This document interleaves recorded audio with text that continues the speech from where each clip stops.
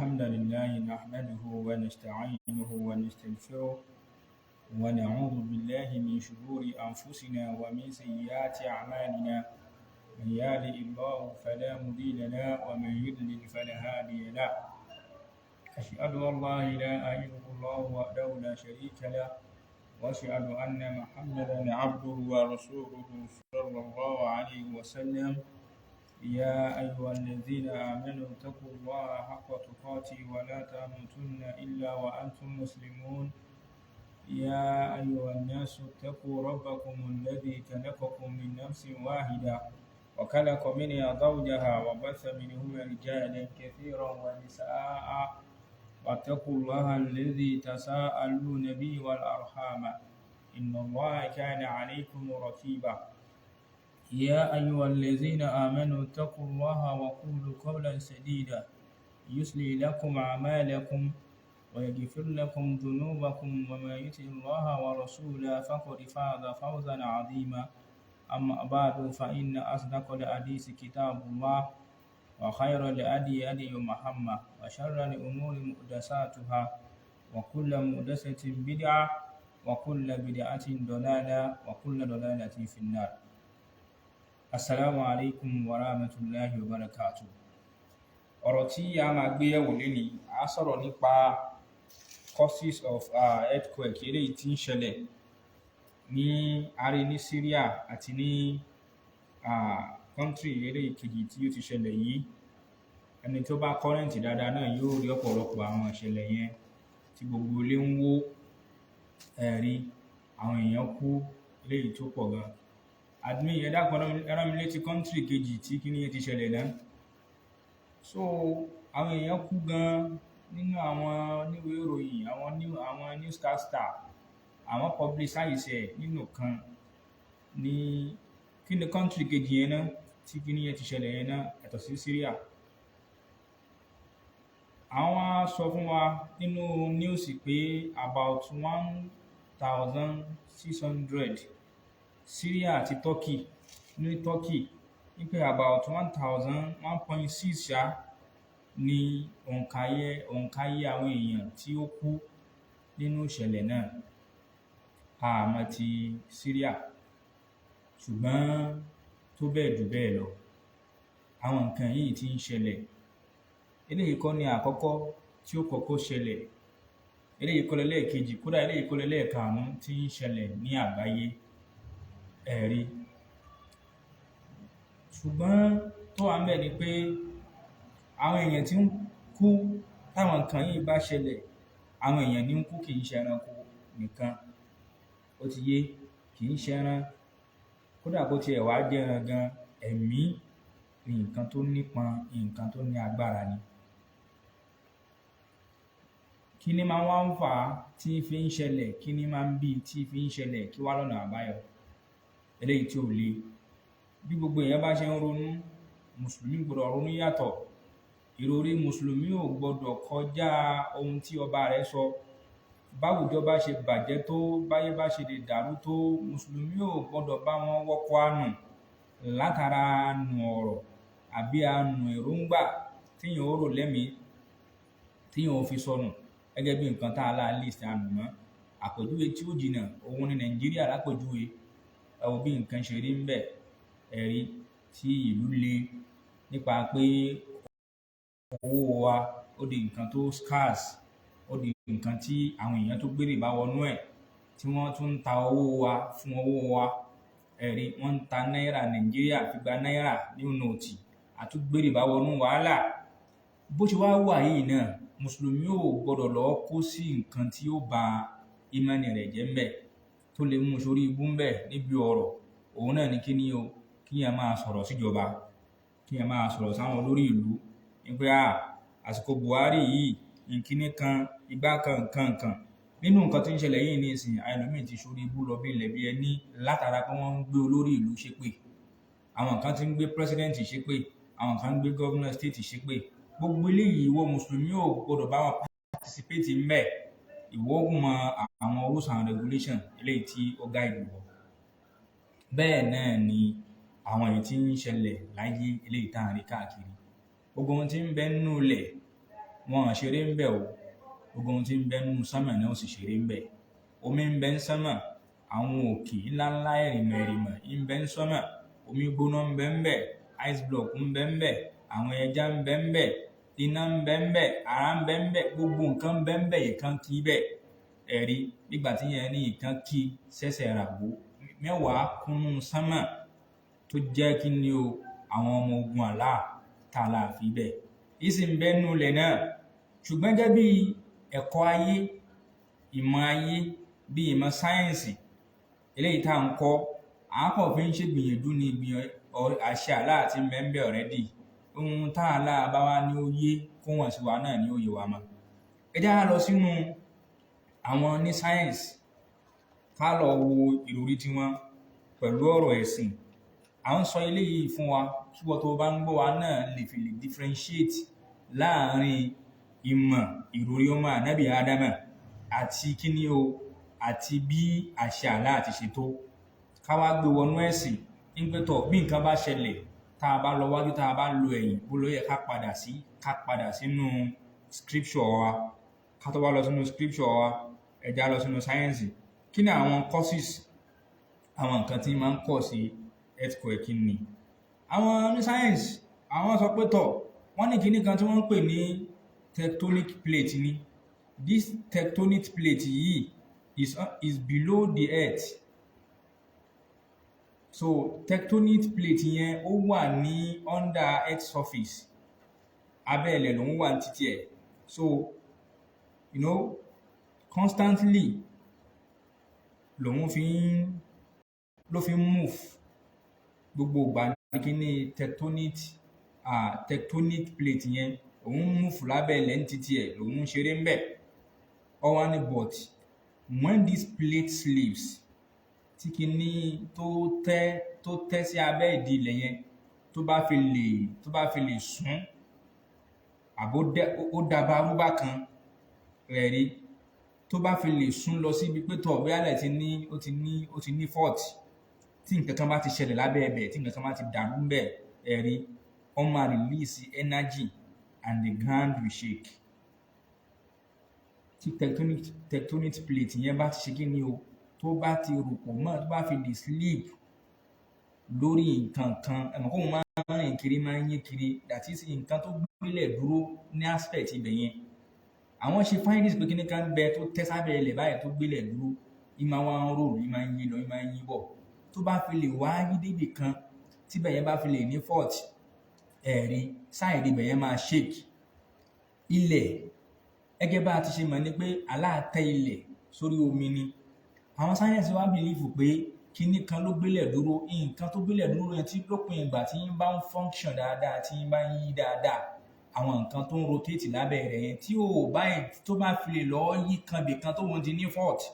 ṣùgbọ́n kíní máa ń kọ̀ sí fault níbi apá abẹ yẹn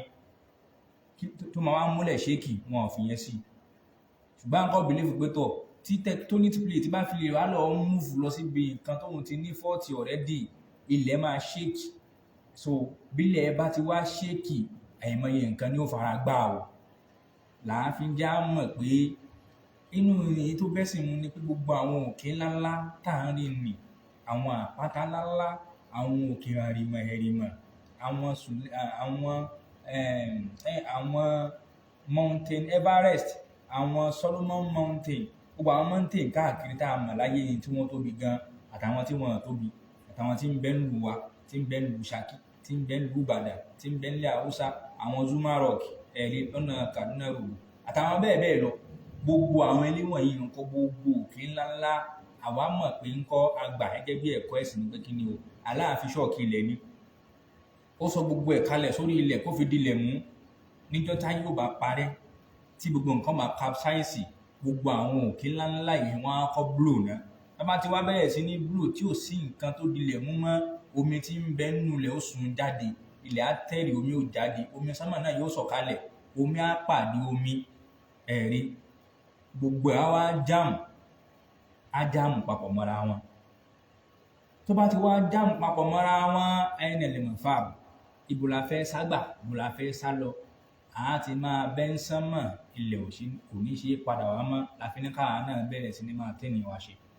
eléyìí ni ìmọ̀ àwọn sáyẹ́ǹsì lórí nǹkan tí máa ń mú earthquake ṣẹlẹ̀. Ṣé mọ̀ kí ní àwọn incident ní la fi ní àwọn volcanic acid, àwọn volcanic acid yìí náà àwọn náà ó sun jáde látara àpáta. Wọ́n ní tí ooru tí ti bá ti pọ̀ jù tó máa ti pọ̀ gan òun ní máa ń blow jáde. Volcano náà máa ń acid ni, ó máa ń dàbí omi ti ẹ̀ ní á máa dànù bọ̀, iná ni kí iná máa dàbí omi, gbogbo ẹni tó bá fara kó òun náà ṣe kí ni yóò bá lọ. Àwọn oríṣiríṣi àwọn ìṣẹ̀lẹ̀ yìí ń ṣẹlẹ̀, ṣùgbọ́n èyí tí ń ṣẹlẹ̀ lọ́wọ́ ni pé kí ni o, kílẹ̀ yẹ̀, azalazil,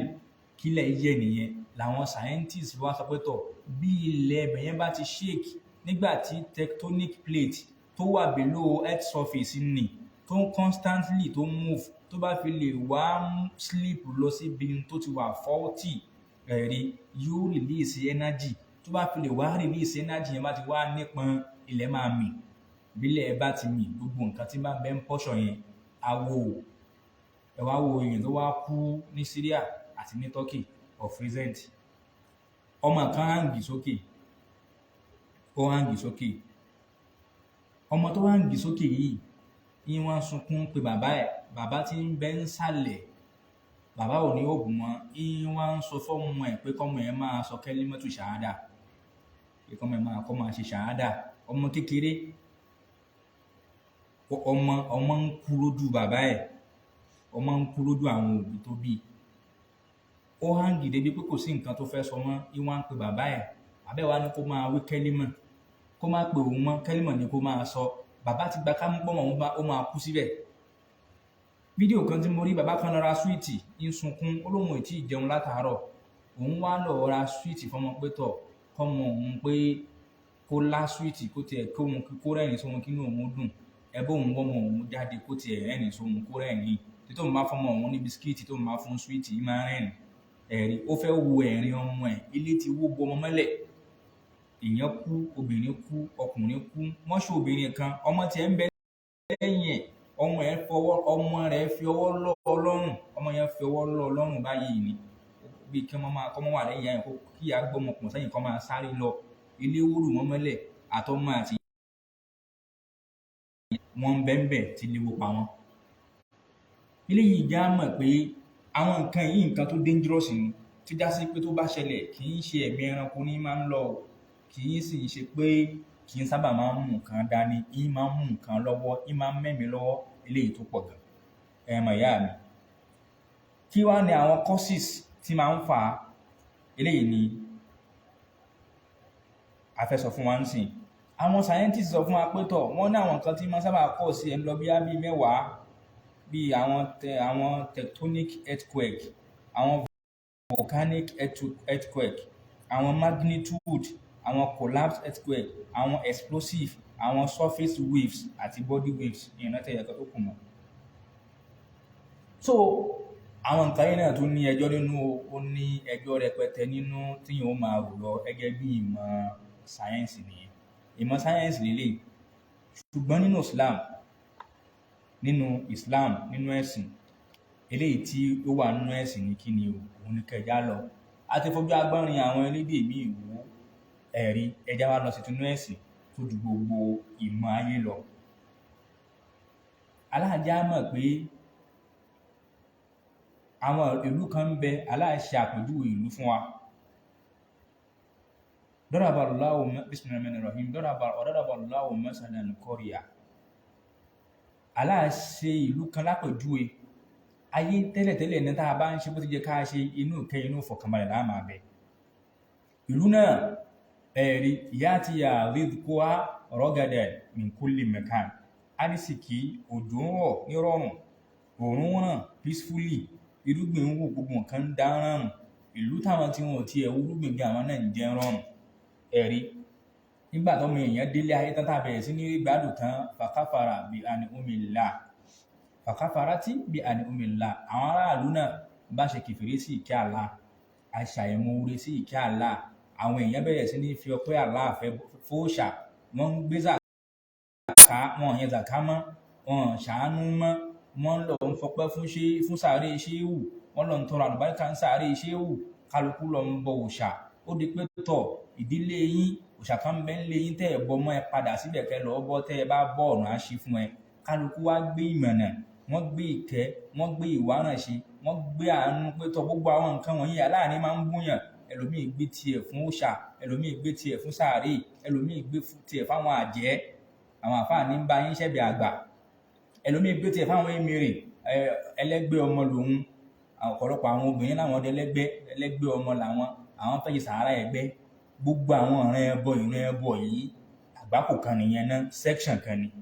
Section ẹlẹ́ẹ̀kejì tá a tún fi táyé káwa fúnra wa la fi ímpọ́ọ̀tù yà, òun náà ni àwọn ẹ̀ṣẹ̀. Zìnà lọ bí ilẹ̀ bí ẹni. Zìnà di bísínẹ́sì lónìí, káwọn kan máa kọ́ hòtẹ́ẹ̀lì tán tí wọ́n á tún lọ máa supply àwọn ọkùnrin lọ́mọ obìnrin. Àwọn kan ń bẹ jìgólò ni wọ́n, àwọn máa ń supply èèyàn lóbìnrin ni. Àwọn hòtẹ́ẹ̀lì kan wá ń bẹ, àwọn tí bá yín kó síbẹ̀ pé ẹ má sọ̀pọ̀ ṣe wàhálà, obìnrin ti ń bẹ ń bẹ already, ṣáà máa wọlé kanlẹ̀. Ẹ wo àdánwò. Wọ́n ti kọ́ àwọn ọmọbìnrin kan sí hòtẹ́ẹ̀lì fún yín, tẹ́ bá ti ń dé ẹ negotiate owó yín, bọ́rọ̀ yín bá ti wọ̀ kẹ́ ẹ wọlé lọ. Iye ọkùnrin tí ń bóbìnrin míì sùn lójúmọ́ ò ló ń kà torí owó. Ẹ wo ẹ̀wù ẹ̀ṣẹ̀ tá a gbé wọ̀. Fàkàfàrátì bí àní omi ńlá. A bẹ̀rẹ̀ sí ní ṣe èkèfèrí sàlá, à ń ṣe ìwà ẹ̀ṣẹ̀ sọ́ba tó dá wa. Ẹ̀ṣẹ̀ wa pọ̀ lọ lágbọ́nrin zìnà. Ọkọ yóò ń zìnà, ìyàwó náà yóò ń zìnà, kálukú ń ṣe zìnà lọ, àtàfà àtọmọ kí ó kò sẹ́ni tó fẹ́ mórí bọ́ ń bẹ̀ mọ́. Zìnà tó wá di nǹkan tó já sí pé yẹn tó wá ń ṣe, tó wá di nǹkan tí yẹn ti ń ka scores, tí yẹn tó ń ka káùntì. Àwọn kan tó máa ń bẹ́ẹ̀tì pé tọ̀ ọdún yìí kóṣù yìí tó parí, òun fẹ́ rún obìnrin tó 10, àwọn kan ní ò tó bẹ́ẹ̀, àwọn afowó sí i. Àwọn kan máa ń wá obìnrin kan pé tọ̀ ọmọbìnrin kan ń bẹ ó rọ́gẹ̀dì gan, fẹ́ kó jẹṣẹ́, tó bá rí iṣẹ́ ẹ̀ jẹ nǹkan ní àyín jẹṣẹ́ ìwádàwọ̀ lè jẹṣẹ́ ọmọ yẹn tì kì yan.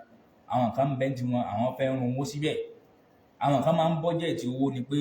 by the time tí wọn bá fi ná bíi 500,000 200,000 fún ọmọbìnrin yìí, òun fẹ́ bá a kanlẹ̀. Àwọn kan ń bẹ́ẹ̀ tí obìnrin pé tọ̀ wọ́n ní iṣẹ́ ọmọ yẹn tì kì gan, wọ́n lọ́mọ yẹn burú gan, òun fẹ́ jẹṣẹ́, á approach ẹ̀, á tàn, á máa fún gift, á máa gbé jáde, jẹ chicken, jẹ turkey, jẹ gbogbo àwọn nǹkan kìkìkì ní máa ń jẹ́ kí ẹ̀rí tí ó bá máa fi. Ó ti ní bọ́jẹ̀tì tó fẹ́ ná fún, ó fún 50 lénìí, 50 lọ́la, 100 lọ́túnla, ó ra bond street fún ọjọ́ mélòó kan, ó tún lọ ra iPhone 12 àbí iPhone 13 àbí 16, ó ṣàrà gbogbo nǹkan fún. Ọmọbìnrin náà wọ pé àwọn máa rí lọ́ọ̀kì gan o, ọ̀bá ìṣú ọ̀gán o, wọ́n fi ń ka scores ni. Àwọn kan fẹ́ náwó síbi ìranù, àwọn kan fẹ́ náwó síbi zìnà, àwọn kan fẹ́ náwó síbi pé ṣé bẹ́ẹ̀ yẹn gangan láyé wà, ẹni tó ń bẹ̀ latest club wo ní bẹ́ẹ̀ ń gbòòrò a fẹ́ náwó síbẹ̀.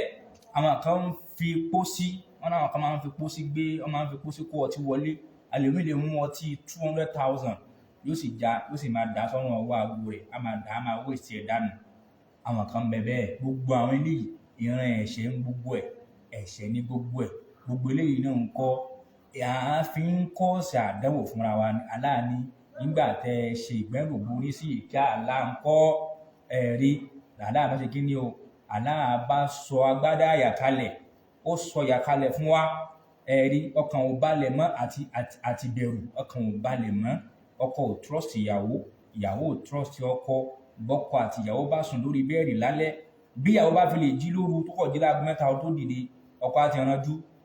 bébì ṣé ò sí, kí ló ṣẹlẹ̀? A ní àwọn fẹ́ lọ ọ̀tọ̀ ni, ayé ń já ni. Ọkàn ò sùn balẹ̀ pé kó má jà sí pé ó dìde lóru fẹ́ là nǹkan mọ́ wọn lórí, ó fẹ́ fi àdó kan wọn láwùjẹ. Bọ́kọ àtobìnrin bá sùn sínú ilé, bọ́kùnrin bá fi lè lajú tó bá jí lóru báyìí, ẹ̀rù ti ń báyàwó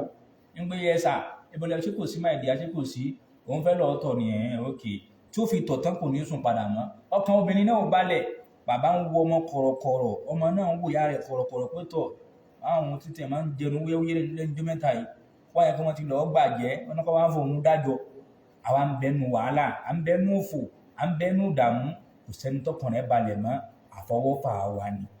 gbogbo wa yẹ́nyẹ́n, àfọwọ́fà wa ni àtàbùsí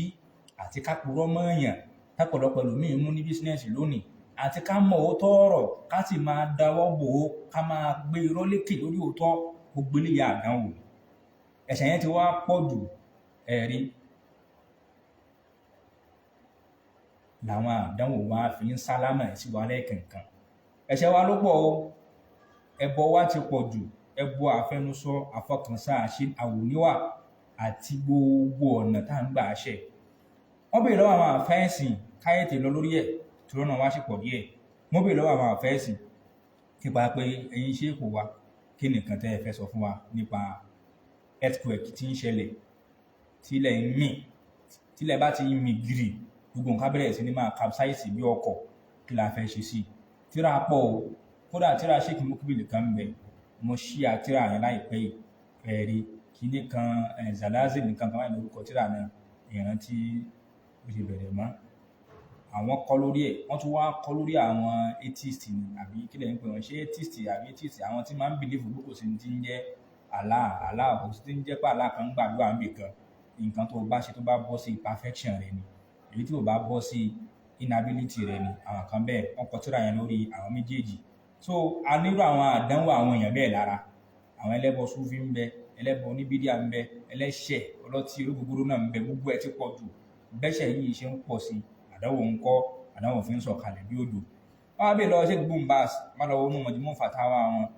títí ìjálàdì sọ́fọ̀ àwọn 150 ní nọ́mbà 152 sí 159 ààrẹ ń bẹ̀. Àwọn ń sọ̀rọ̀ ní dáná, àwọn Sheikh wá ń sọ̀rọ̀ nípa earthquake yìí kílẹ̀ yẹ̀. Al-wajibu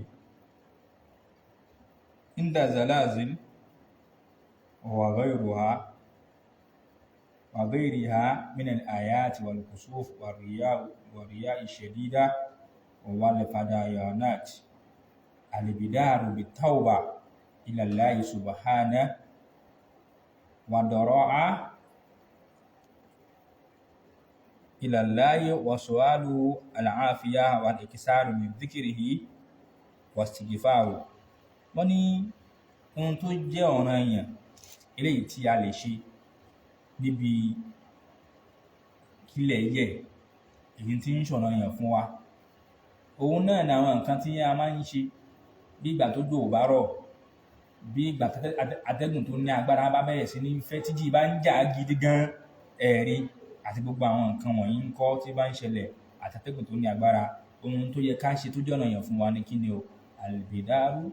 bit-tawba, ká pọ̀ ṣẹ̀ṣẹ̀, ká yára lọ síbi ìtúbá, ká bẹ̀rẹ̀ sí ní máa túbá instantly. Tó tẹni tó dé láàmà, ẹni tí nǹkan tí ìṣe náà ò tí gbọ́dọ̀ fọkàn balẹ̀, ká rawọ́ra ṣẹlẹ̀ sọ́dọ̀ ọba wa, ká wá máa bèèrè àlàáfíà lọ́dọ̀ ẹ̀. Wal iktharu min dhikrihi, ká wá pọ̀ ẹ̀rí, ká pọ̀ níbi ìmọ̀ràn tí Allah, ká máa ṣàṣkárù gan. Torí táwọn nǹkan yìí bá ń ṣẹlẹ̀, yìí ń tọ́ka bínú Allah ni, yìí ń tọ́ka punishment ni. Ká wá ṣe kí ni o? Ká wá pọ̀ lẹ́ni tí ó máa rántí ẹ̀. Wastighfaru ẹ̀rí, wastighfari, ká máa tọrọ àforíjì, ká máa wá àforíjì ọba wa. Ká máa qala inda al-kusuf, gẹ́gẹ́ bí Ànábì náà ṣe sọ fún wa nípa pé nígbà tí ẹ̀rí tí òjò bá rọ̀, tí àárí oòrùn mọ́, tí gbogbo ṣáà di overdue mọ́ wa lọ́wọ́, ẹ̀rí ní fa'iza ra'aytumu dhalika, tẹ́ ẹ bá ti experience irú ẹ̀, tẹ́ ẹ bá ti encounter irú situation bẹ́ẹ̀, fafsa'u ila dhikrillah,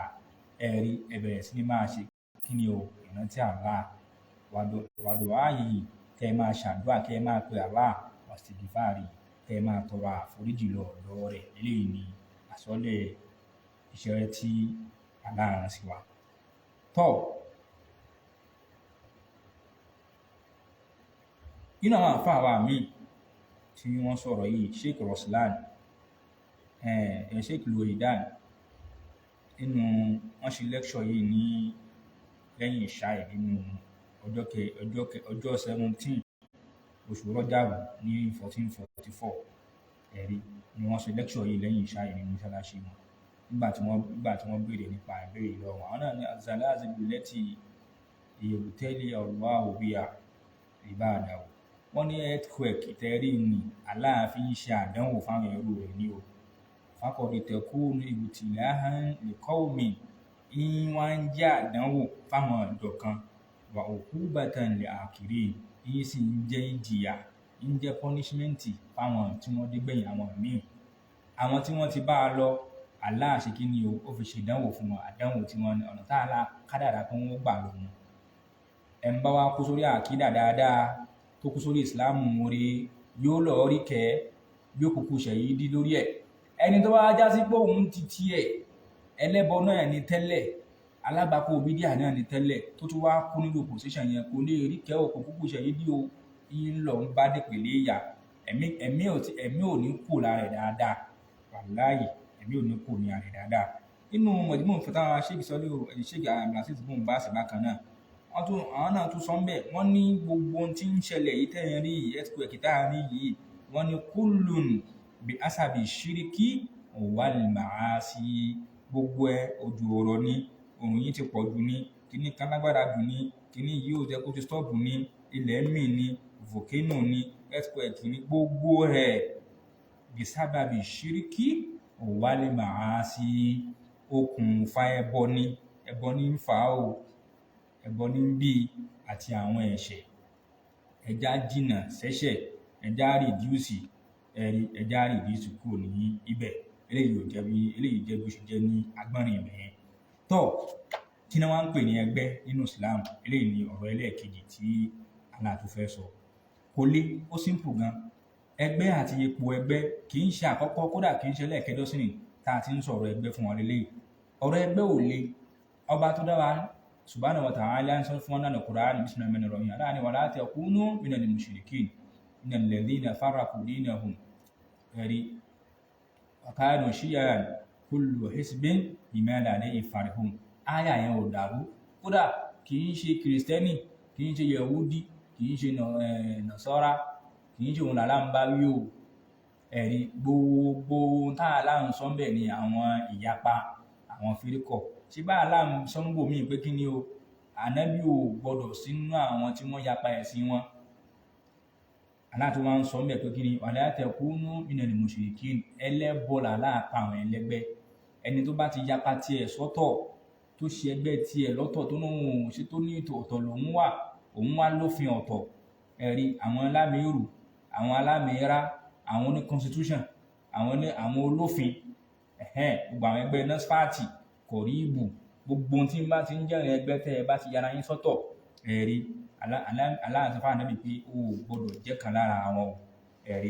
minal ladhina farraqu dinahum, àwọn tí wọ́n yapa ẹ̀sìn wọ́n yapa ẹ̀, wa kanu shi'an, wọ́n di ìjọ, wọ́n di ẹgbẹ́. Kullu hizbin bima ladayhim farihun, gbogbo ẹgbẹ́ kankan ní wọ́n ń dunnú sí títí ẹ̀, ní ń pèpè lọ ọ̀dọ̀ títí ẹ̀. Nọ́sfàtì ò ní sọ fún ẹ pé tọ̀ kọ̀ríbù ní kó máa lọ, kọ̀ríbù dà. Kọ̀ríbù ò ní sọ fún ẹ pé nọ́sfàtì ni ó máa lọ, nọ́sfàtì dà. Tìjàníyà ò ní sọ fún ẹ pé lọ ṣe kọ̀dìríyà, àwọn ni mùsùlùmí. Kọ̀dìríyà náà ò ní sọ fún ẹ pé tìjàníyà dà. Kálukú máa pèpè sínú ọkọ̀ tí ẹ ní mọ̀ nífẹ̀ẹ́ kíjọ wọn tú, àti wèrè àtàsínwín ni wọ́n máa kó pọ̀ sínú ìjọ wọn. Gbogbo eléyìí ń kọ́ bíyàn bá kú sórí ẹgbẹ́, kò bá máa kírun, kò bá máa gbàwẹ̀, tó o bá ti jẹ́ lẹ́gbẹ́, ìwọ náà ti bẹ́lẹ́bọ lọ o. Làá fi ń sọ fún wa pé ẹbọ pọ̀ o nínú Islam. Ẹbọ ò kì í ṣe ẹni tí ń lá ẹbu, tí ń fọṣẹ́ wẹ̀ nìkan láago méjì òru nìkan ní í ṣe bọ o. Ẹbọ pọ̀, ọ̀nà tẹ́gbọ́n tíyẹn ń gbà nílẹ̀bọ pọ̀ gan. Nínú ẹ̀, àdíìsì wa ń pọ̀ gan tá Ànábì ṣe kíni tóun náà pàṣẹ fún gbogbo àlùmọ́ rẹ̀, tí ń sọ fáwọn sàhábà rẹ̀ pé ẹ gbọdọ̀ parapọ̀ máwọn ẹlẹ́gbẹ́ o, ẹ jìnà sẹ́gbẹ́. Nínú àdíìsì ẹyẹ kan tó wá kárí ká má dára aláàmú jìnà ni pé kí ni Ànábì ṣàlàyé gbogbo ìran tí àwọn ìjọ máa pín sí fún wa. Ó ní àwọn Jíù tá a mọ̀ sí àwọn Yẹhudi, Ànábì ní gbogbo ọ̀nà tí wọ́n pín sí ní 71. Ó ní gbogbo wọn ọmọ Jahannama ni wọn, ní wọn, àyàfi ó ní ọmọ Jahannama ní gbogbo wọn. Àwọn Nasara máa pín 72, ọmọ náà gbogbo wọn. Ó wá ní àwọn mùsùlùmí, àwa máa pín ìran tá a máa pín sí àkídà tí ó máa pa gbogbo ọ̀pọ̀lọpọ̀ ẹgbẹ́ papọ̀. Tẹ́ bá wá ka gbogbo ẹ̀ lọ́wọ́n bá tó 1 million, wọn ní kọjá 73. Ànábì wa ní kulluha finnar, kullu yìí náà ni o, kullu yìí náà ni, kulluha finnar illa wahida. Akimu Kutubi máa gbọ́ nǹkan tí mò ń sọ, ọ̀rọ̀ máa tó kàn ní ìsinyìí. Ànábì ní gbogbo ẹ̀ ọmọ náà ní gbogbo wọn illa wahida àyàfi ẹ̀yọ̀ kan. Nínú gbogbo àwọn ọjọ́ yìí táwọn èèyàn máa pín sí, ó ní gbogbo wọn lọ́mọ náà. Ànábì ló sọ nǹkan rẹ̀. Allah endorse wọn pọ́ mọ́ ẹlẹ́bọ ni wọ́n. Ànábì wà náà mọ́ náà gbogbo wọn tọ́ inú ẹlẹ́bọ ni wọ́n wọ̀. Ó wá náà àyàfi ẹ̀yọ̀ kan. Àwọn sàbẹ̀ wá gbọ́ bẹ́ẹ̀ pé àyàfi ẹ̀yọ̀ kan kẹ̀. Ọba pé ya Rasulullah tálẹ̀ ẹ̀yọ̀ kan ọ̀hún o. Ànábì ní kíni o. Ó ní ma ana alayhi al-yawm wa ashabi. Àwọn tí ẹ̀yọ̀ kan tí wọ́n ní bá wọn wọ náà làwọn tí wọ́n dúró síbi tó mọ Ànábì dúró sí àtàwọn sàábì òun. Níbo l'Ànábì dúró sí? Níbo làwọn sàábì Ànábì dúró sí? Ànábì dúró sórí ohun táàlà ní ó sọ. Ẹ̀rí àwọn sàábì dúró sórí ohun táàlà ní ká Ànábì sọ àti ohun tí ó jẹ́ súnà Ànábì. Kí má wà dára mi láàmú jìnà ẹjá lọ mú tíra ṣe ìsọlé Fawzan yìí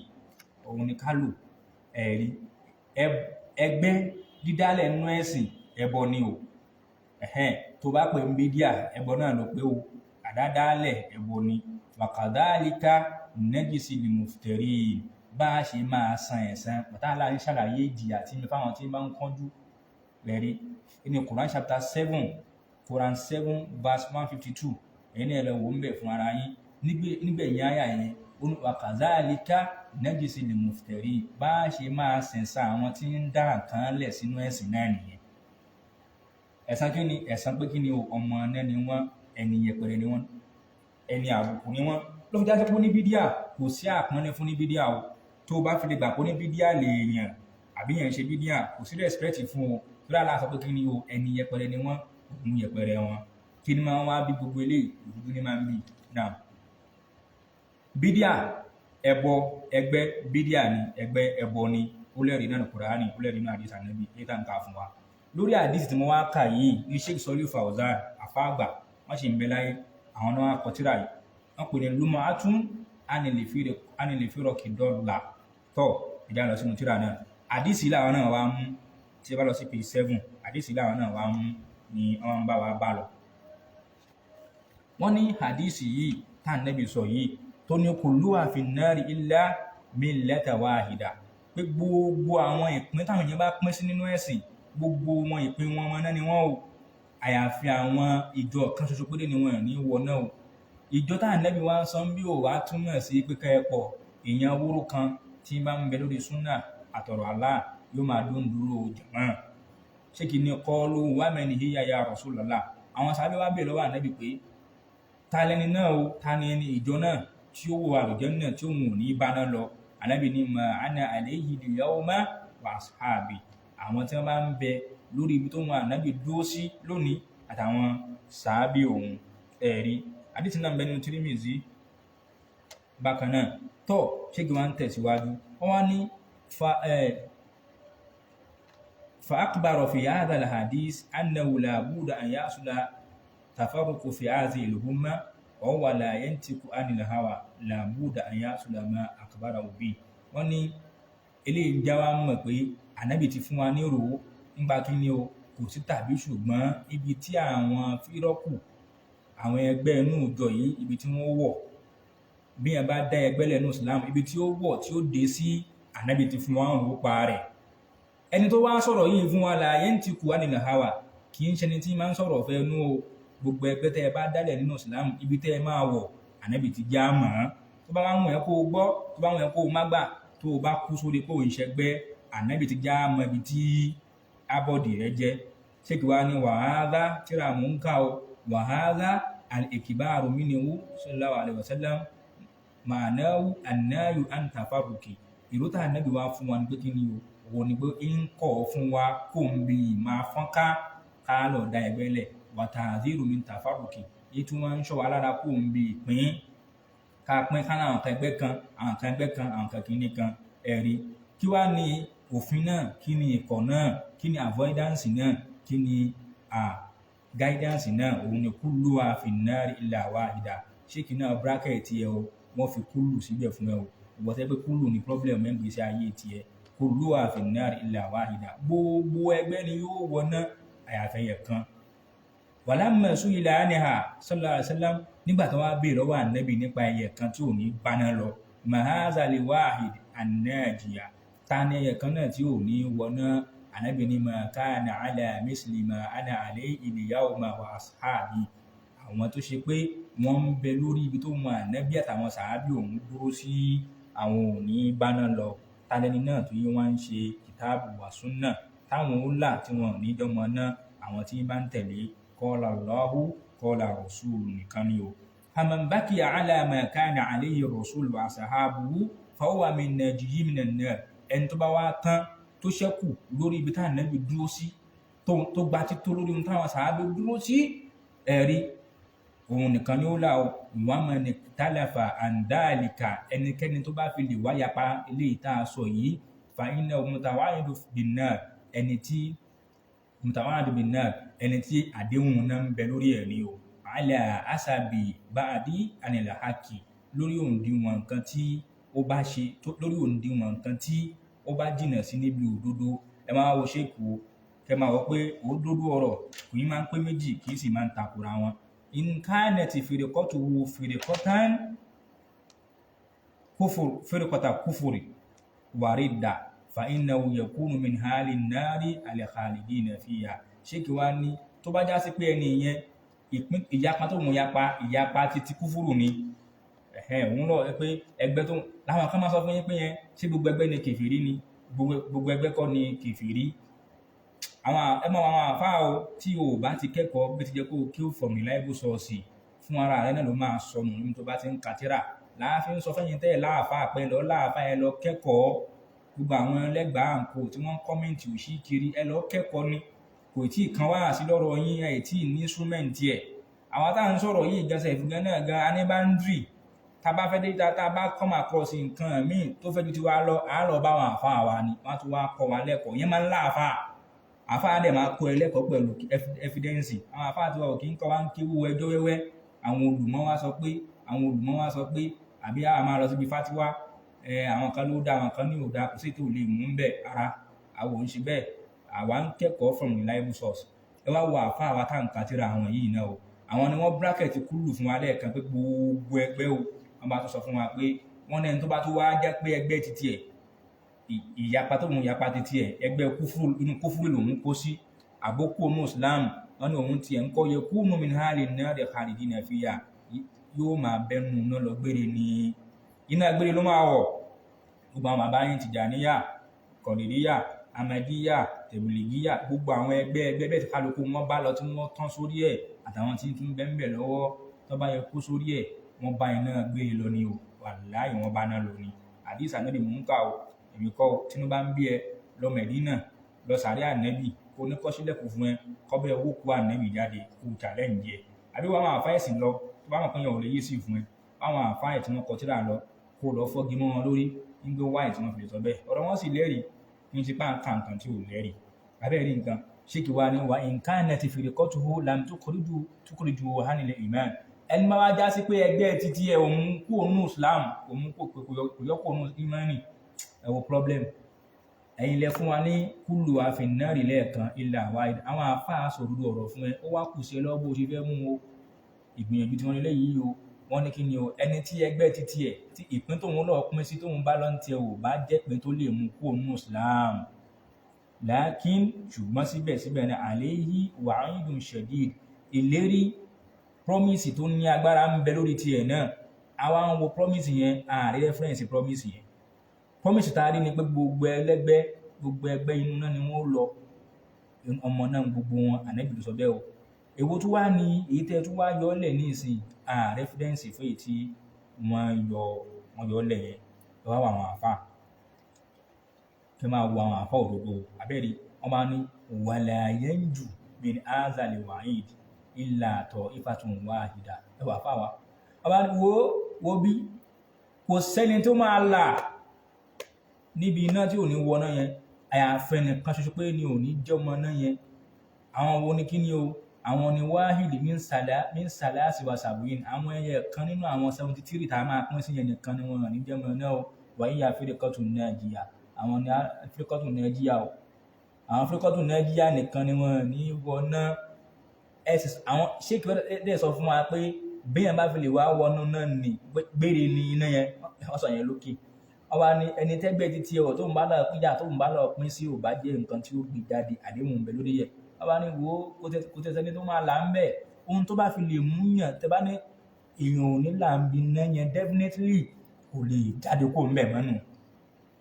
wọn ni mà kana ala misli ma alayhi rasul wa sahabu àwọn tí wọ́n ń bẹ lórí ibi táwọn Ànábì dúró sí àtàwọn sàábí ẹ̀ nìkan ni wọ́n ní tèsì ẹ̀ ohun tó bá fi lè mú wọn tó fi lè wọnú náà yẹn pẹ́rẹ́ kò sí escape through o gẹ́gẹ́ bí a ṣe gbọ́dọ̀ gba ọ̀rọ̀ Allah ká gba ọ̀rọ̀ Ànábì láàbẹ̀ ní pé òun mi change àbí òun mi fẹ́ àyíbẹ̀ ẹ̀kọ́ ni náà òun ní kí ni ọ̀rọ̀ huwa kitabullah òun bí táwọn Ànábì dúró sí nìyẹn wa sunnatu rasuli táwọn Ànábì dúró sí àwọn sàábí dúró sí ní ọ̀rọ̀ Allah àti Ànábì wa manhaju salim wal mahajjatul bayda àti manhaju tó dáa títà alùsùnnà káwá bí yín ní èrè gbogbo yín Súfí àti àfá ìmọ̀ránì àfá dárù tóun náà fẹ́ dìfẹ́ǹdì gbogbo àwọn tí wọ́n kú sórí manhaju tí ò dáa báwo lè ṣe fẹ́ ṣe pẹ̀lú gbogbo àwọn àdísì yìí ọ̀rọ̀ táfà wá ń sọ yìí àfáwọ̀ sọ̀rọ̀ lásán wọn wá tó ní pétọ̀ káwọn tún fún wa ní rẹ́fẹ́rẹ́nsì náà ní Kùránì wọ́n bá ní ọ̀rọ̀ Allah ní nínú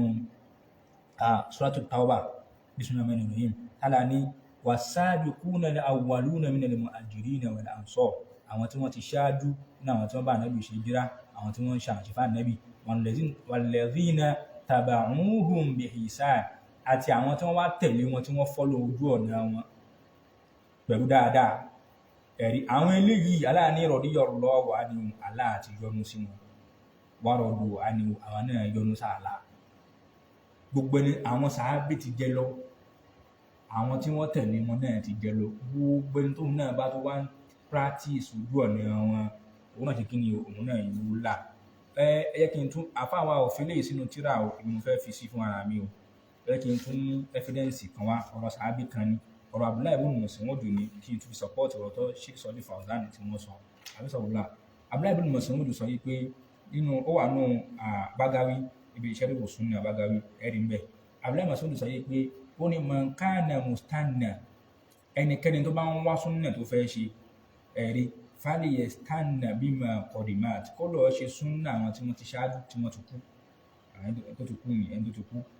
àwọn wo ni ulaika ashabu Muhammad sallallahu alaihi wasallam àwọn ẹni sàábé Ànábì tó bá ń wá súnnà tó fẹ́ practice má yẹ ká àfáà kan gbogbo rẹ̀ bè lọ́wọ́ àfáà pé sáwọn sàábé ni wọ́n ń ṣe bẹ́ẹ̀ ó ti yé eléyìí ò wá túmọ̀ sí pé kó wá béèrè àpọ̀dá o torí ẹlòmí ò mọ istinbatul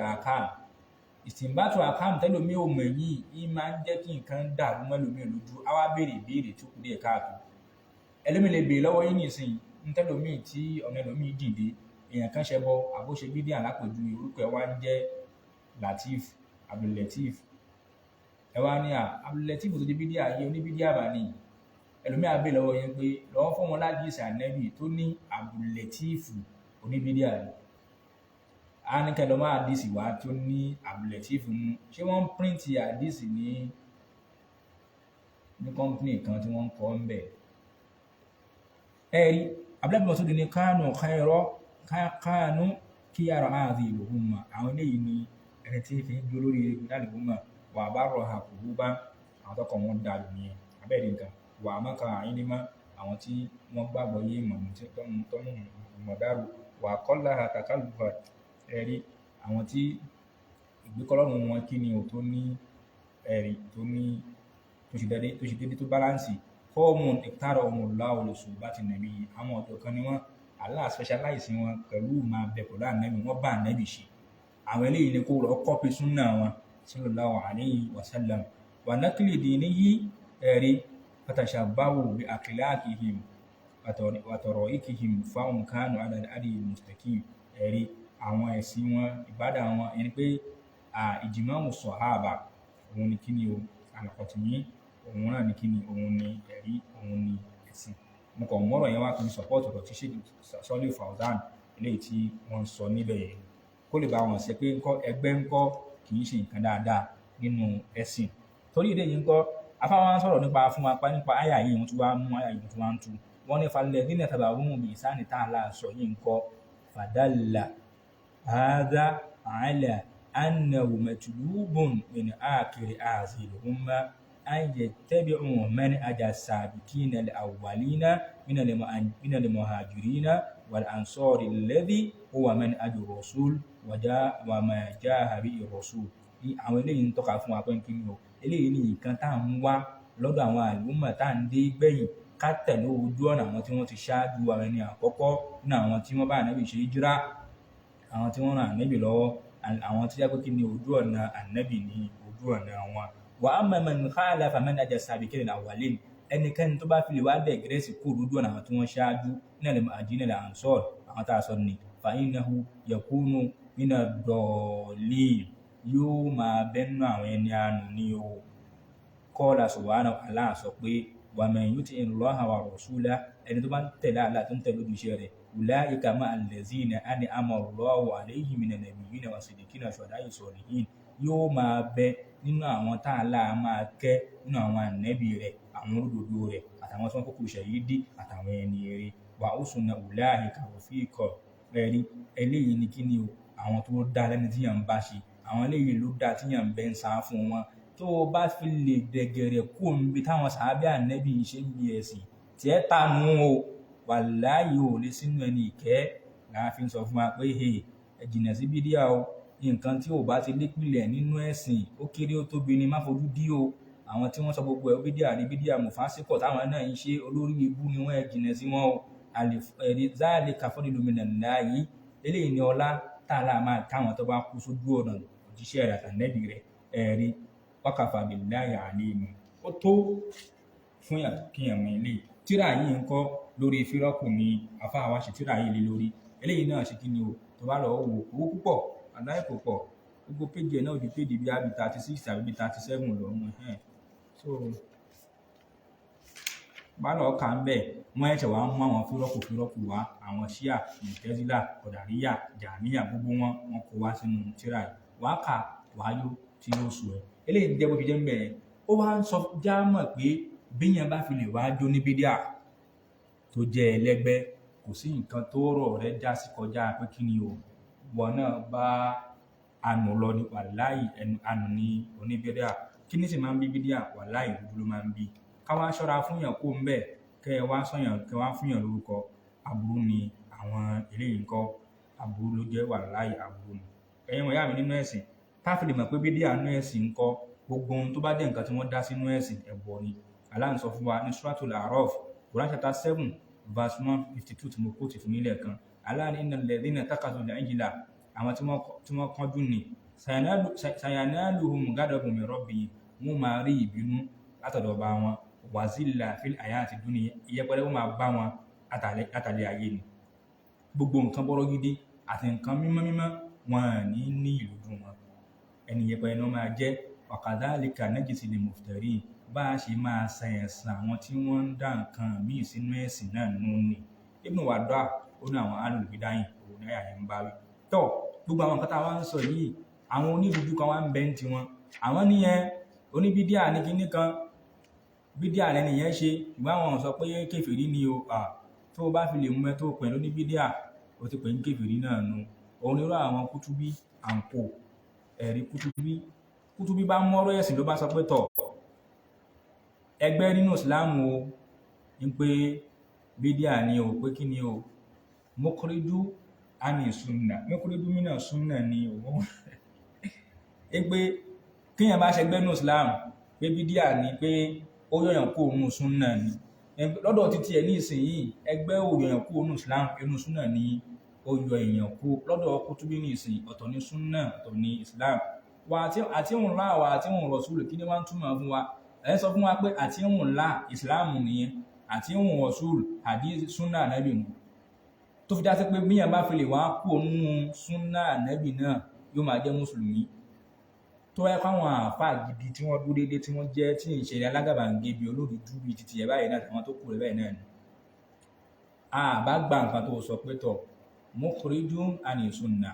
aw mukhrijun mina sunna, tọ̀ mukhriju anil milla làwọn àfáà ẹ̀sìn máa ń lò náà, gẹ́gẹ́ bí tí mo kà ṣáájú lẹ́ẹ̀kan, milla náà máa ń lò. Ṣùgbọ́n súnnà náà lọ́dọ̀ gbogbo àfáà sálàfù náà, tó o bá sọ pé nìkan ò sí nínú súnnà wọ́n gbà pé ń kọ́ ẹni àánú ló pé yẹ pé ẹni tó ti sọnù ni àánú bídíà kì í sì ṣe àánú kékeré ẹgbẹ́ bí nǹkan tí mo kàtà nù tí a ṣe sọ́ọ́lì fàwọ́dà ní sí ni pé ẹni bá fi lè wá ká láfà àwọn as-sabiqina al-awwalin yóò máa jẹ́ yakumu dọ̀lín ẹni àánú ni yóò máa jẹ́. Ṣùgbọ́n lọ́dọ̀ Kutubi àwọn ó sọ fún yín pé ìsìláàmù ọ̀tọ̀ súnnà ọ̀tọ̀ tó bá fi lè wá sọ pé yẹn ò sínú àlù súnnà ó sínú àlù súnnà ni ṣùgbọ́n mùsùlùmí náà ni ẹ́. So gbogbo àwọn nawakilu shahadatain nawakilu iman nawakilu islam àwọn nullifiers of islam nullifiers of faith nullifiers of shahada kò nítumọ̀ kankan bí àbá kó sí lọ́dọ̀ wọn onídùúdú ni wọ́n. Òun ló mú àfáà Imran Eleha tó náà ń sọ pé járíwò wa tàdíl pé nù súnnà inú àwọn muhaddis àwọn aládìsí ni wọ́n ní járíwò wa tàdíl kì í ṣe ó ṣe wá di nǹkan tẹ́ ń lò fún gbogbo àwọn àfáà sálàfù àwọn àfáà súnnà. Àwọn àfáà súnnà tí Imran ń dárúkọ àwọn Safaru Awali Salman Auda Hasan Banna Sayyid Kutubi Abdulrahman Abdulkhaliq Mustapha Adawi àti bẹ́ẹ̀ bẹ́ẹ̀ lọ àwọn ní àlù súnnà járí ilimu lè járe wa tàdílì tí wọ́n ń sọ yìí náà sáwọn sàábí ànábì tí wọ́n kà fara àwọn èèyàn lójú ànábì tí wọ́n kà fara lẹ́yìn ànábì tí wọ́n pa àwọn tí wọ́n bọ́ sínú rídà lẹ́yìn tá ànábì ò sí láyé mọ́ ṣé gbogbo àwọn yẹn ń sìn tó wá ń ṣọ́ wa lára kó nínú àwọn oníbídíà náà àtàwọn tábì àtàwọn àfẹ́ẹ̀sìn sáwọn àwọn ilimu lè àdìsí nìkan ni wọ́n ń lò fún ilimu lè járe wa tàdílì aláàjàrọ̀ àwọn mùnáfìkì ó jàrọ̀ àwọn kèfèrí ó jàrọ̀ àwọn alábòsí ó jàrọ̀ àwọn ẹlẹ́ṣẹ̀ ohun tí kálukú wọn bá pọ̀ ṣe nípọn tó ní òun náà tún ní condemnation àfáà bá gbé lọ síbi àwọn alìlẹ̀ hadith ní wọ́n ń lo ọ̀rọ̀ Sheikh Sọ́lé Fawzan nìkan bó ti ṣe ń ka yẹn gẹ́gẹ́ gbẹ̀yìn á ti gbọ́ yé pé tọ̀ ohun tí Sheikh ń sọ ni pé àwọn àfáà aládìsí nìkan ni wọ́n ń lo ilmu lè járe wa tàdílì àwa tí ń sì yín ò lò àlò mọ́ àti sápò ń bẹ̀ àwọn ẹlẹ́gbẹ́ alábòsí ni ní tó wá fi lè mú ẹ tó pẹ́ nìkan ní oníbídíà tó pẹ́ nìkan ní kazab tó pẹ́ nìkan ní pé àṣíríyù ni sòfíyù ni ẹ má gba ọ̀rọ̀ rẹ̀ ẹ jìnà sí dáwà rẹ̀ járíwù náà ni ṣùgbọ́n o ìrújú gbogbo ẹ o kẹ́ ẹ jìnà sí yàn kẹ́ ẹ ṣọ́ra fún yàn ànábì sọ Allah sọ ànábì náà sọ nínú Al-Qur'ani Suratu Ali Imran Quran chapter 3 verse 7 Allah ni bismillahirrahmanirrahim Allah ni huwa alladhi anzala alayka alkitaba minhu ayatun muhkamatun hunna ummul kitab wa ukhra mutashabihat Allah ni inú nta na sọ kalẹ̀ fún wa Ànábì ní kíni àwọn ọ̀rọ̀ Allah àwọn ìdájọ́ àwọn ọ̀rọ̀ tẹ́ máa fi ṣèdájọ́ tó lọ straight tí ò ní di wàhálà kankan bẹ́ẹ̀ nínú wọn ni ìyà tírà ń bẹ àtàwọn tó gbẹ̀yìn àwọn míì àwọn etí tó rújú jẹ́ pé ó ní ìdí àwọn àfijọ́ ní tọ́ aláwa ni wà á mọ̀ lẹ́bí na fi qulubihim zayg àwọn tí àìsàn ti wọ́n ń bẹ lọ́kàn tí wọ́n fayattabi'una ma tashabbaha minhu àwọn àfijọ́ ní àwọn làwọn ò máa tẹ̀lé káàkiri wọ́n máa ṣàkiri ibtigha'a li fitna wọ́n fi ń wá fìtínà ibtigha'a ta'wil láti lè fi máa wá èyí ọ̀rọ̀ aláàtìtùnà míì ni wa ma ya'lamu ta'wilahu illa Allah ẹnìkan ò sí lè máa túmọ̀ ọ̀rọ̀ aláàjọ aláàánà lọ hadith wa ń bẹ nínú Muslim èdè aláwa Aisha gbà wá fún wa ní pé ànábì káyà yìí dílẹ̀ tán ló wá sọ yìí pé wa iza ra'ayta alladhina yattabi'una ma tashabbaha minhu ulaika samma Allah fa'dharuhum tẹ́ ẹ bá ti rí àwọn tí wọ́n ń tan ìrújú ká tí wọ́n ń tẹ̀lé àfijọ́ ní ẹ̀rí àwọn táàlà ń sọ nìyẹn o torí ẹni tó bá fẹ́ tẹ̀lé ìrújú ò ní lọ straight àtàmọ́ ni ó máa fòmọ́ káàkiri ànábì ní ẹ̀ṣọ́ wọn lára ẹ̀ṣọ́ àwọn àlùmọ̀ kù lára wọn níbí báyìí ńkọ́ káṣẹ tààzírù ńkọ́ inú mọ̀ náà ni ó wà. Ẹlẹ́hàá tí wọ́n sọ pé yẹn sálàfà àwọn àfáà Sheikh Sọ́lé Fawzan bóun bá sì lòun wà yìí ńkọ́ ṣebí ìwọ ń yan àwọn àfáà Ìkìwání ẹni tó lóun tẹ̀lé àwọn ọ̀nàjà àwọn àfáà sálàfà bóun bá sì Sọ́lé Òsèmí Sọ́lé Fawzan ebi wọn yin àwọn àfáà ẹlẹ́gbẹ́ Ìkìwání ló ń bọ́lá fún lòun yìí kí làwọn àfáà tó ń dárúkọ yẹn ká máa ti máa wọn sàábí o àwọn àti tìrìtì yẹn káfí yẹn lẹ̀ kí làwọn àfáà ẹ̀sìn yẹn sọ lórí àwọn Ìkìwání gangan tí ra ń bẹ completely lórí Ìkìwání tí ò ló ń kà dem fún tírà yìí risalatun ila muntazimi fi jama'ati al-ikhwan al-muslimin lẹ́tà rèé o fẹ́ni tó lọ kíra ẹ̀ bọ́dọ̀ àwọn ìjọ ikhwan al-muslimin máa wo àfa dárò tó lóun tẹ̀lé súnà sálàfà àwọn bóńbáàsì tírà yìí wọ́n á kó fátíwà àwọn àfa síbẹ̀ ẹni tó kó jọ ní tó kó tírà yìí jọ Abul Hasan Ali ibn Hamad Ar-Razihi ní orúkọ àfa náà tó fátíwà àwọn àfa lọ wá kó jọ sí bíbá yìí nípa àwọn jàmá ikhwan ẹ̀rí وقد تضمنت فتاوى وأقوال جماعة من أهل العلم والتقى والدين حول جماعة واسم الإخوان المسلمين ọ̀rọ̀ àwọn tá ní àwọn bóńbáàsì tí àfa àdárò sọ pé sálàfù wọn lòun wà lórí ẹ̀ Albani Wadi'i Usaimin Fawzan Lajnatu Daima àwa àdárò ẹlẹ́nu dùn nípa ẹnu àfa àdùn gidi gan ni o ẹ̀rí Al-Abad Muslim Al-Abad tí ń tún lo ọ̀rọ̀ àfa aláàfáà fún Sheikh Rabi fatiwa náà ń bẹ ń bí lódà àwọn ìkíwánu kò mú o sọ́ọ́lì wàhálà Sheikh Ibrahimi Rabi al-Madkhali kò tiẹ̀ láìka wọn Zaid al-Madkhali àmọ́ opinion lórí eléyìí Yahya Najimi kò lè láìka afáyé náà Ahmad al-Jami ó tẹ̀ èyí tí òun gan Gadiyan kò lè tàmí eléyìí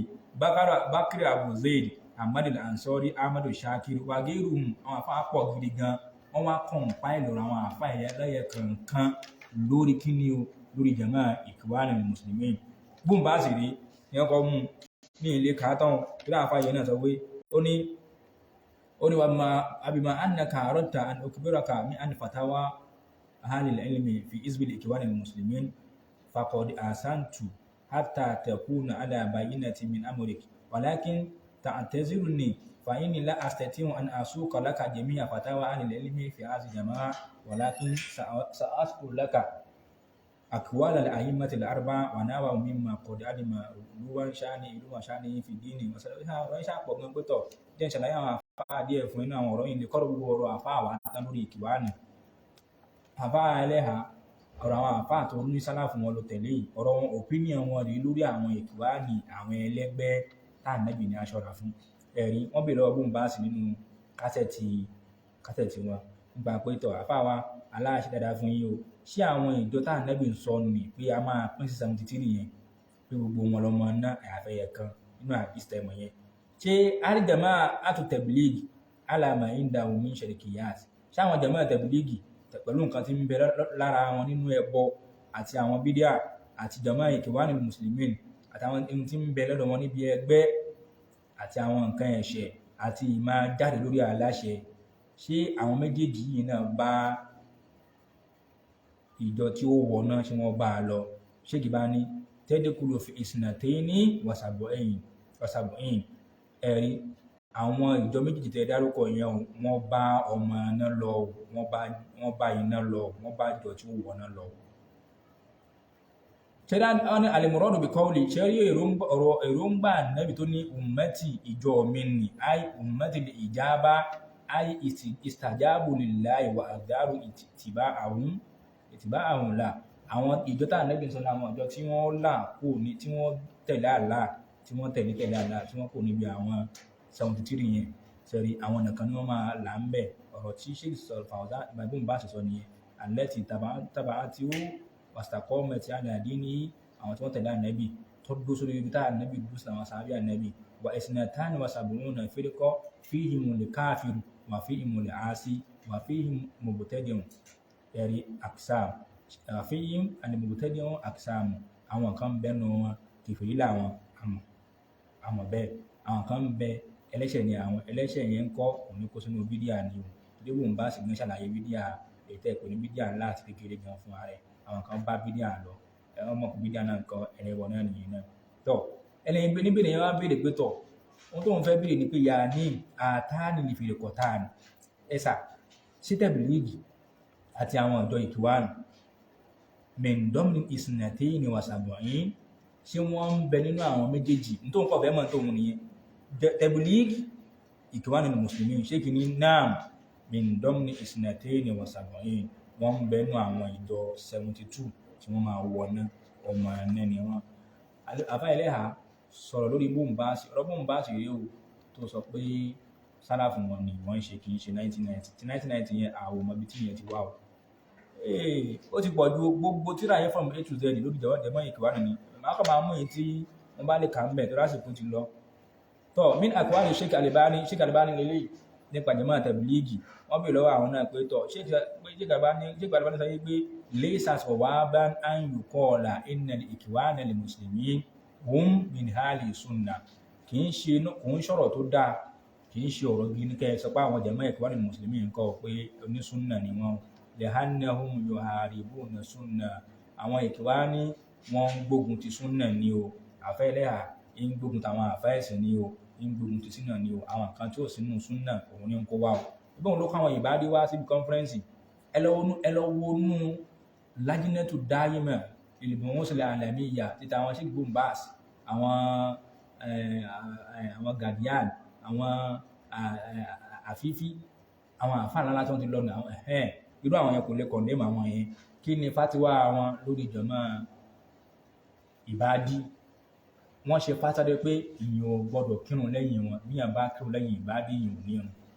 àfẹ́ ẹlẹ́yà gbé àwọn ìbádí wá síbi conference tó pè ní conference alùsùn náà wọ́n sì ń professor kan ráwọn kan sì fi ń rinlẹ̀ ń bẹ̀ pé ìbádí alùsùn náà ẹni káfá yẹ kàn mú àwọn èèyàn ṣeré kàn fi làákàyè yín ṣeré nítorí náà bá ti ń làákàyè ẹ sọ nu nípa pẹ́ ń tẹ̀lé àǹfà yẹn ìfẹ́ òdodo ọ̀rọ̀ yẹn náà tún pọ̀ gọ́ọ̀mẹ̀ yẹn náà dé tíra yìí ń kọ́ from A to Z lórí jẹ̀mọ́ ìkìwánì ni tọ́ ẹgbẹ́ ṣíṣe ẹ̀rí ṣé kí àfáàyàn sọ fún wa pé ó ní nánú náà kúlù wà bìsọ̀rọ̀ àhá àwa ń sọ fún yín clearly o ìnáná nù hárìbùn ìsìbíyà àwọn ò máa gbógun tẹgbẹ́ ṣíṣe ni o lẹ́ẹ̀nà àtàzùbáàtì áàzì yẹn tọ́bìkù àléyà kọlù láyọ̀ tabaraka wa ta'ala tó ní pé àwọn ẹgbẹ́ ọ̀rọ̀ tá à láà ń sọ lórí ẹgbẹ́ kí ni o fatakọ́tọ̀ọ̀hún amúrọ̀hún baynahum zuburan kullu hizbin bima ladayhim farihun wọ́n gbé ọ̀rọ̀ wọn láàrin àwọn gbé wọn á kẹ́yìn síra wọn kálukú wọn sọ pé tòun ló dáa jù lọ́wọ́ tòun ní kẹ́ wá li'anna tahazzuba fi'lan faqad farraqa shamlan muslimin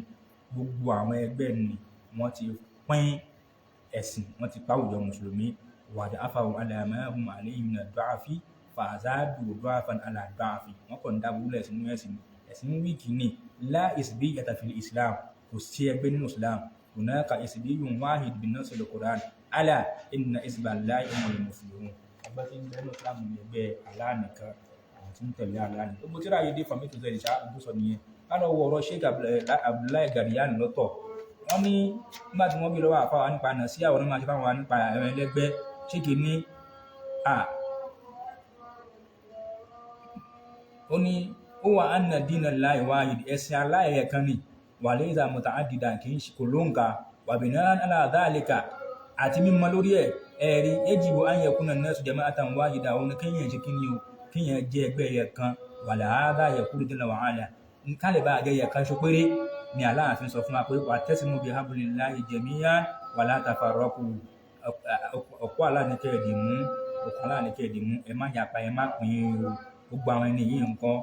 ìlànà gbogbo wọn tíra yìí já wà lọ wò risalatun ila muntazimi fi jama'ati ikhwanil muslimin nípa ikhwanul muslimin nìkan ni tíra yìí from A to Z gbogbo ọ̀rọ̀ àwọn àfáyẹ̀sì àti fásitì wọn mú wá lórí ẹ̀ kí àfá ẹlẹ́yà ó kàn dẹ́m gbogbo àwọn àfá yìí tí wọ́n ti kú àwọn tó ń bẹ sọ́lé Fawzan tó bá ní sí Fawzan sọ yí pé àwọn oníjáríwò nìkan ni wọ́n ń lo ọ̀rọ̀ wọn irọ́ ni ṣé sọ́lé Fawzan nìkan sọ àtàwọn ọmọ ìyá àtàwọn àwọn ìgbàkẹ́ àwọ̀ kì í ṣe sẹ́ẹ̀tì lẹ́gbàá àwọn sẹ́ẹ̀tì ò sí ń bí àwọn àpàmà expose àìmọ̀ kan ti ti ẹni wọ́n ṣiṣẹ́ fáwọn diaspora àwọn oníṣúfì àwọn tẹ́yìn bá kì ní ẹ so àwòráyè tíátà ṣé sọ́dí Fawzan ní sọ̀rọ̀ yìí yóò pé tọ̀ lamma fashali jahalu washtadati gurbati din za'ara an-nas min alladhina yatasammawna bil ilmi wa yaqulun nígbà táyìn mọ̀ kan fọ́ká tẹ̀sìn wá dúríṣiríṣi nǹkan àwọn èèyàn kan táwọn náà pẹ̀lú àwọn láàfà bá ń sọ pé la tukafiru an-nasa yakfi ismul islam ẹ má pè yàn ń kéfèrí orúkọ islam táyìn bá ti ń kírun bá ti ń gbà ẹ̀ ọtí tó gbọ́n tó ń kí ẹ lè ṣe kódà kọ́ níbi ní àkú àwọn kírun sí lára ni gbọ́n tó ń kó lè ṣe àwọn lẹ́gbàá nìyàn àwọn kírun sí lára ni àwọn èèyàn tí mo tún jẹ́ bídíà mọ̀ fásitì àti mọ̀kábẹ́rà tí wọ́n anything kò fún àwọn tí wọ́n ṣé kí náà àwọn àìmọ̀kan máa ń yàn kan sọ bẹ́ẹ̀ ṣé kí wá ní a ní ẹ jẹ́ kí fi àna òye kú àna mùsùlùmí àni ó ti tó yàn tó bá ti pèrè ní mùsùlùmí àlàó fáàlà màá fáàlà gbogbo tó nǹkan nìyẹn lè ṣe ń kọ́ wá ní ó tó làwọn sábà lè bí ìlà kódà kó tiẹ̀ dún nǹkan fún lẹ́yìn kó dún nǹkan mi kó dún ọ̀ràn fún nǹkan mi lẹ́yìn àlá wọn ní mùsùlùmí náà ni àlàó sábà láwọn sọ̀rọ̀ kódà kó gbọ́ àdá kó gbọ́ ànábì wọn ní ẹ oníbídíà ní mi ò kà fara wọn oníbídíà ní mo pẹ́ pé wọn àwọn kútubí nìyẹn ẹ̀rí àlàó fáàlà mọ̀ fá ẹni má ṣe bídíà ti bú ànábì kánábì òjíṣẹ́ pé gbogbo àfáìsì ní máa ń sọ bẹ́ẹ̀ àlàó fáàlà mọ̀ dáàmà àná òye kú àná mùsùlùmí gbogbo tó ń tún yẹn lè ṣe bá ti ń pè é ní mùsùlùmí fala tukaffiruhu ما كان فانا ما كان كفري وعلى هذا يدخل تسمى بالاسلام الباطنيه على كرامته ويدخل فيه كبريون على كرامه المساري كرامه البشر ان بقوا فماله يدخل فيه روافض وشيعة كذا كانوا كو síbẹ̀ ان فماله قديانيه يدخل فيه كل من يدعي الاسلام ما تن pé mùsùlùmí ẹ filẹ̀ kini yakulun la tukaffiru ada ma ko yan kafiri wala fa'ala ma fa'ala en ka fara àwọn èèyàn en bada àwọn èèyàn mutashadid ní ẹgbà ń pe sheikh Rabi ní mutashadid ẹni pé ayé ti bàjẹ́ gidi gan ni wallahi alazim aw taqada ma taqada wa ni gbà kídà tó mú kí yan lè ní ẹ má kà fara ẹ la tufariqu bainal muslimin ẹ má pín mùsùlùmí ẹ má split mùsùlùmí kini subhanallah akora bakore nanu la nufariqu bainal muslimin awo fọ́n ká àpọ́n mùsùlùmí ká walakinna àwòláyí laysu mùsùlùmí ṣùgbọ́n àwọn tẹ́ ń pè mùsùlùmí wọn kì í ṣe mùsùlùmí mọ́ bí annahum lamma irtakabu nawaqida al-islam kharaju min al-islam nígbà tí wọ́n ti ṣe kíni tí wọ́n ti wọnú nǹkan tí ó ba islam wọn jẹ́ wàláyí ti jáde kó mùsùlùmí fa kalimatun la tufariqu bainal muslimin ẹ̀wọ̀n arígbólóhùn ẹ má yà wọn pa ẹ má المسلمين إليه كلمة حق والمراد بها باطل ولو تدعني ربما قد ينوفن يرون لأن الصحابة رضي الله عنهم لما ارتد من العرب بعد وفاة النبي قتلوه àwọn tí wọ́n di kèfèrí lẹ́yìn tá a nílò kòtò báwọn sábẹ́ pa wọ́n ni mà qalu la tufariqu bainal muslimin wọn ní ẹ̀ma yàpá mùsùlùmí lẹ́yìn àwọn oníṣù mùsùlùmí tí wọ́n ti kó muslim madam ala ridda ó kùn àtàwọn abẹ́nu ridda àwa lórí bídí àtàwọn èèyàn wá ń ṣe láwùjọ tí wà lẹ́yìn tó wá ní pé wọ́n yapa mùsùlùmí ni tó yẹ lẹ́yìn kọ́ Hadyu'Muhammad Kutubi òun ó ní ẹgbẹ́ bídí àlẹ́gbẹ́ ẹ̀rẹ́dàlẹ̀ ẹlẹ́gbẹ́ ṣùgbọ́n tó ṣe gbé ń kọ́ ẹkúrú jù mínà súnà ni ẹni ẹgbẹ́ ó ní al-Hizbiyya tí pẹ́ẹ́rẹ́ ìpàdé sánà tó kéré jù mínà súnà yá mú kéré ìlú mínà súnà lẹ́yìn tó ẹgbẹ́ máa ń yàn kó nu súnà ni kò sì pé yàn kó nu Islam àgbákò burúkú ni irú àwọn ọ̀rọ̀ báyìí bídíà àná ni kí aláṣọra ń bẹ subhanaka allahumma wa bihamdik ashhadu an la ilaha illa anta astaghfiruka wa atubu ilayk assalamu alaikum wa rahmatullahi tíra àwọn oníbídíà tí wọ́n sọ pé àwọn afáàtì ní kún bídíà náà wọ́n lọ́wọ́ kọ́ fún ìdáná al-mustatab àwọn sọ pé tọ́ bídíà ń kọ́ èyí tí a pè ní mufasíkọ̀ gan náà ń kọ́ ẹni tí bá ń ṣe ẹni tí yẹ kí yẹn jìnnà sí wọ́n lọ́wọ́ tíra yẹn ní pé 310 ẹ̀rí ilẹ̀ kò sásìkò fún mi láti ṣàlàyé àwọn nǹkan yìí lọ ìyá ń bọ̀ wá. Assalamu alaikum warahmatullahi wabarakatuh.